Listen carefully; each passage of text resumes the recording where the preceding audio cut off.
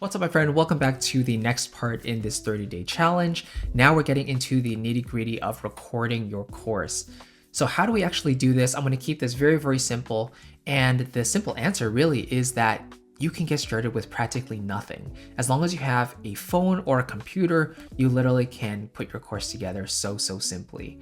Now, a lot of people just like to do vocal recordings, and maybe they have an image or like a visual to go along with it. But I think the most common way to do an online course is just to record your face. A lot of people will just do like a headshot video format for the entirety of their course, and that's all it needs to be. Again, depending on the scope of the course, what you're actually offering, you can approach this a variety of ways. But I think headshot videos like what we're doing right now tend to be very effective because you're not just sharing the information, they're not just hearing your voice, but they can also see who you are as a person, and they can pick up the intricacies of your personality. It's not just the words that you're speaking, it's the way you say them, your inflection of your tone, your facial expressions, all that stuff is combined into this one medium of video. So it's very, very effective, and I highly recommend it. Again, I've been doing YouTube now for probably 2 decades, something like that. I started with a like a card trick channel a long time ago. Like I was super into card magic. And then I started a piano channel doing covers and stuff. And now I have like a tennis channel where I record like highlights of my playing just because I like to see how I'm playing and how to improve my strokes and stuff. And now I have my music channel, and now I have my business channel. So there's a lot of different channels, and throughout the scope of all of those channels, the common theme, the common denominator has been putting myself on video. So, I've gotten more comfortable with it over time, but even if it's sort of your first time, you can certainly do this too. Perfection is not the name of the game here. It's all about getting it done and adding value to your customers, right? So yeah, your course could literally just be a headshot video, and that's all it needs to be. However, maybe you do want to add some stuff on screen, not just your face, but maybe you have some graphics, you can put those into it.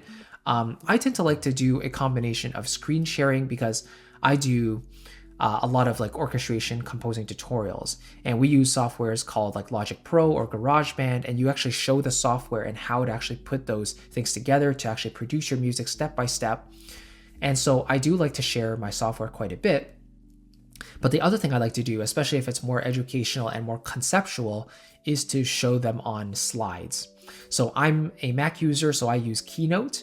And if we take a look here, you can see this is what some of my slides look like. So in this case, I have a course called the Composer's Monetization Blueprint, teaching composers how to actually monetize their skills.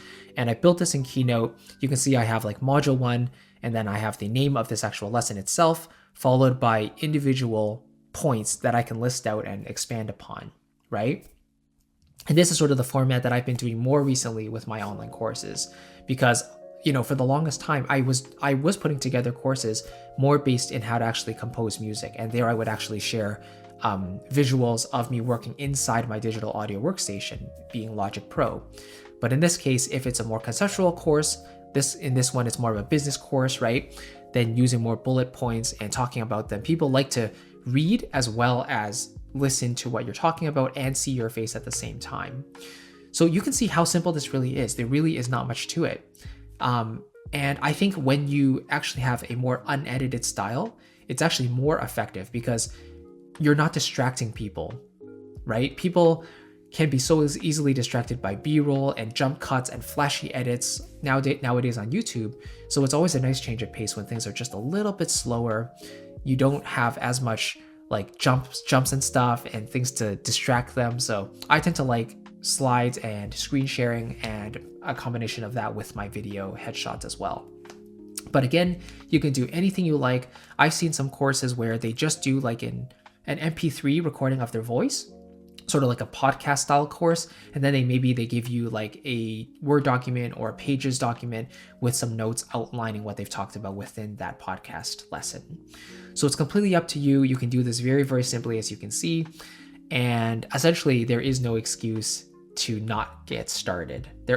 There's no excuse because it really is just so simple, and the technology can keep things very, very simple. So you can definitely do this. That's the whole reason I put this challenge together, was to make this as easy and simple as possible.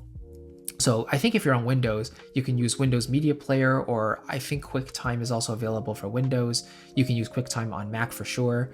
But yeah, I use a combination of ScreenFlow. So ScreenFlow is Mac only, but it records my screen. And I use Logic to record my voice through this microphone. And then I use my iPhone camera for this headshot video. So I drag them all into ScreenFlow after the fact, edit it together, and then export it. And that's all I need to do. And then sometimes I'll also bring them into iMovie just to add the fades at the beginning, at the end, to fade into the video, to fade out of the video, to raise up the level, and maybe add in the occasional like text box here or there to make things just a slightly more interesting, but again, not overwhelming for the listener. Okay? Hopefully that kind of makes sense. If you haven't joined me already, it's not too late. You can join me using the link down below in the description, my 30-day trial for Kajabi, because we're about to start putting it up on Kajabi at this point. And of course, you can always go back and watch the other videos if you want to catch up on those. But the whole point of this is to build a course and get it out there into the world within 30 days. And Kajabi is our platform of choice. So if you use my link down below, not only will you get that extended free trial, but I'll give you 2 bonus mini courses, Kajabi in 30 days and content marketing for creatives, along with a complimentary 30-minute coaching call that you can take advantage of any point.